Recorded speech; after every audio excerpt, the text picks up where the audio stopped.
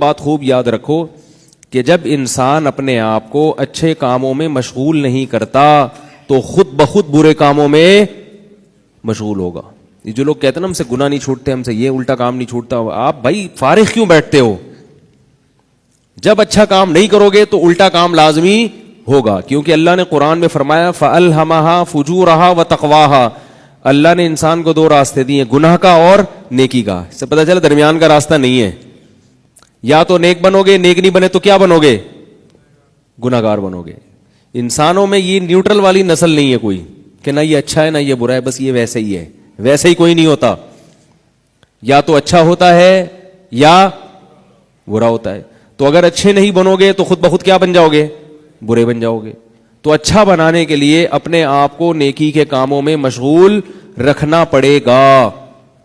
یہ جو غلط قسم کی ایکٹیویٹیز میں لڑکے مبتلا ہو جاتے ہیں, اپنے ہاتھ سے اپنی صحت اور توانائی کو برباد کرنا شروع کر دیتے ہیں اور ناجائز اور حرام کاموں میں لگ جاتے ہیں, ان سے میں کہتا ہوں کہ بھائی اپنے آپ کو 24 گھنٹے کیا کرو؟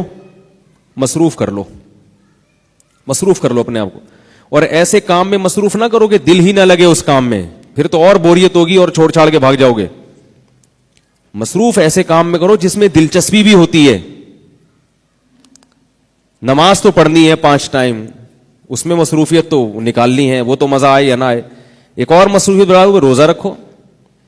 روزے میں 2-4 دن تکلیف ہوگی, اس کے بعد انشاءاللہ عادی ہو جاؤ گے, پھر روزہ رکھنے میں مزہ آنا شروع ہو جائے گا. اتنا اسٹیمنا بڑھتا ہے انسان کا, بھوکا پیاسا رہنے کی عادت بڑھتی ہے. اور اگر روزہ رکھنا مشکل ہے تو اور کسی اچھے کام میں لگا لو اپنے آپ کو, کسی جو ہے نا وہ کسی علمی کام میں لگا لو کہ کچھ سیکھنا شروع کر دو. کچھ نہیں تو انگلش لینگویج ہی سیکھنا شروع کر دو, عربی لینگویج سیکھنا شروع کر دو, کسی سینٹر میں ایڈمیشن لے لو, کچھ آگے بڑھنے کی کوشش کرو. اور جوان آدمی روزانہ ایکسرسائز کرے, اپنے آپ کو ایکسرسائز میں اتنا تھکا دے کہ جب بستر پہ شام کو سونے کے لیے لیٹے رات کو تو بس لیٹتے ہی اس کو نیند آ جائے. کیونکہ آج کل جسمانی ورزش نہیں ہے اور انڈے پراٹھے اسی حساب سے کھائے جا رہے ہیں. جب وہ انڈے پراٹھے کھاؤ گے اور نہ نکاح کی طرف توجہ ہے اور نہ جناب ایکسرسائز کی بھرپور ایکسرسائز ہوتی ہے, تو وہ پھر شیطانی کاموں میں وہ ساری انرجی, بولو بھائی, ساری انرجی شیطانی کاموں میں سرو ہوتی. تو باڈی بلڈنگ کرنے کے, جم جانے کے 2 فائدے ہوتے ہیں نوجوان کو. ایک فائدہ تو یہ ہوتا ہے کہ جو انڈے پراٹھے اس نے کھائے ہوئے ہیں نا, وہ سارے صحیح جگہ لگ جاتے ہیں, مسل بنانے میں, گروتھ میں لگ جاتے ہیں, انرجی ساری ادھر سرو ہو جاتی ہے. اس لحاظ سے بھی گناہ سے حفاظت ہوتی ہے. دوسرا فائدہ یہ ہوتا ہے کہ جب جم جانے والا نوجوان, اس کی صحت بننا شروع ہوتی ہے, وہ دیکھتا ہے شیشے میں کھڑے ہو کر پہلے کیسا تھا, پہلے میری شیو یوں تھی.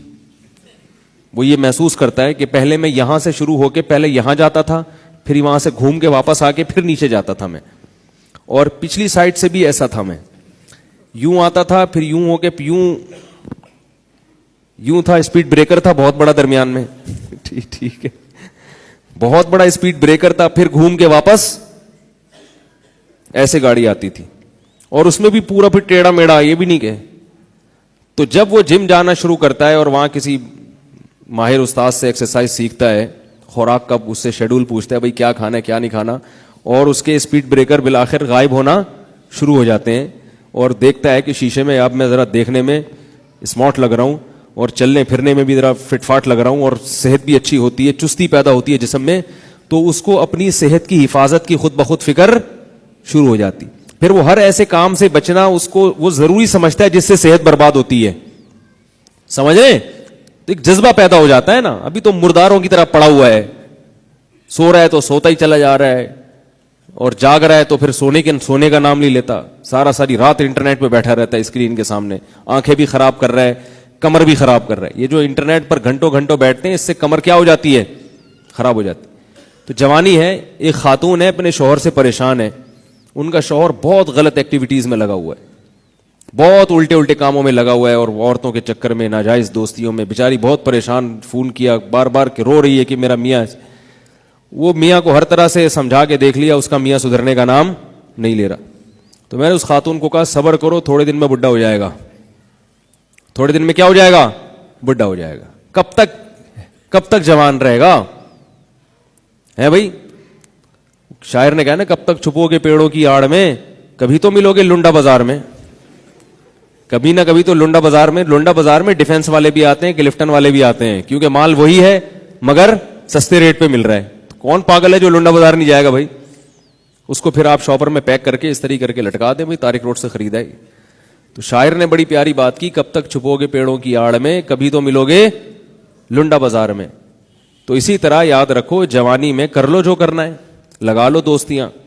کب تک؟ کچھ وقت کے بعد جسم میں صحت ختم, پھر کیا کرے گا؟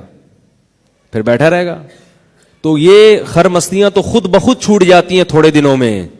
یہ تو اللہ نے جوانی میں امتحان رکھا ہے کہ اپنی مرضی سے چھوڑ دو گے تو ثواب ملے گا, جب اللہ چھڑوائے گا تو پھر ثواب نہیں ملے گا. حسرتیں الگ, جوانی کو یاد کر کر کے ہائے ایسے تھے, ہائے یوں تھے, ہائے یہ ہوا تھا, ہائے یہ ہوا تھا, اور کچھ کرنے کی قوت ہی جسم میں نہیں بچی, اور باڈی میں وہ اٹریکشن بھی ختم ہو جاتی ہے کہ لوگ آپ پہ مرے آ کے.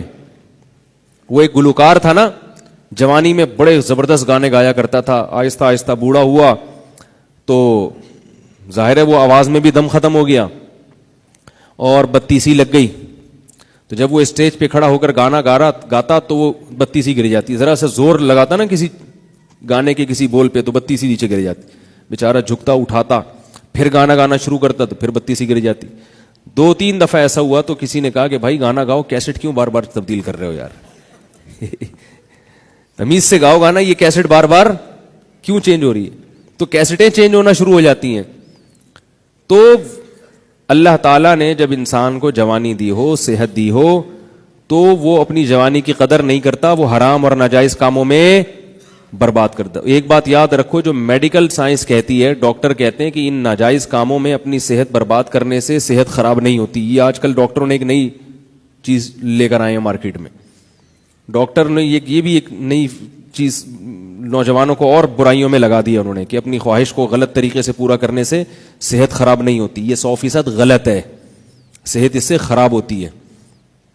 تو یہ ڈاکٹروں کی یہ بات قابل قبول نہیں ہے, اور یہ ڈاکٹروں ہی کی بات میں آپ کو نقل کر رہا ہوں, کہ جو ماہر ڈاکٹر ہیں جن کی ریسرچ ہے ان چیزوں میں, وہ کہتے ہیں کہ برباد ہو جاتی ہے صحت انسان کی, گروتھ نہیں ہوتی اس کی, اور صحت نہیں بن پاتی. تو جو حلال ہے وہ حلال ہے, جو حرام ہے وہ نیچر کے خلاف ہے. تو اس لیے کبھی کوئی ڈاکٹر کسی کو الو بنا رہا ہو نا کہ کچھ نہیں ہوتا, تو اس سے متاثر ہونے کی ضرورت نہیں ہے, صحت خراب ہو جاتی ہے. نوجوانوں کی حالات دیکھو نا, کیا ایسے بےچارے پھیکے پھیکے سے چہرے ہیں, ان کے چہرے پہ رونق ہی ختم ہو گئی, ایسے آ رہے ہوتے جیسے ہینگر پہ کوئی چیز لٹکی ہوئی ہے. میں نقشہ کھینچتا ہوں نا, ہینگر پہ کپڑے لٹکے ہوئے ہوتے ہیں نا, تو ایسے لگتا ہے کہ اس کے اوپر کپڑے لٹکے ہوئے ہیں, عجیب سے. پھر جو ہیں بھی تو موٹے ہیں, تو پھر موٹے ہی موٹے, عجیب سے, چہروں پہ رونق نہیں ہے. گٹکے کی لعنت اور یہ سب سگریٹ کی لعنت اور حرام کاریوں کی لعنت. اور خواتین کا بھی یہی حال ہے, وہ بھی فحش اور بیہودہ فلمیں دیکھ رہی ہیں, ان کی بھی صحتیں برباد ہیں. تو آخرت کی فکر نہیں کرتے انسان, اپنی دنیا کی فکر ہی کر لے کم از کم.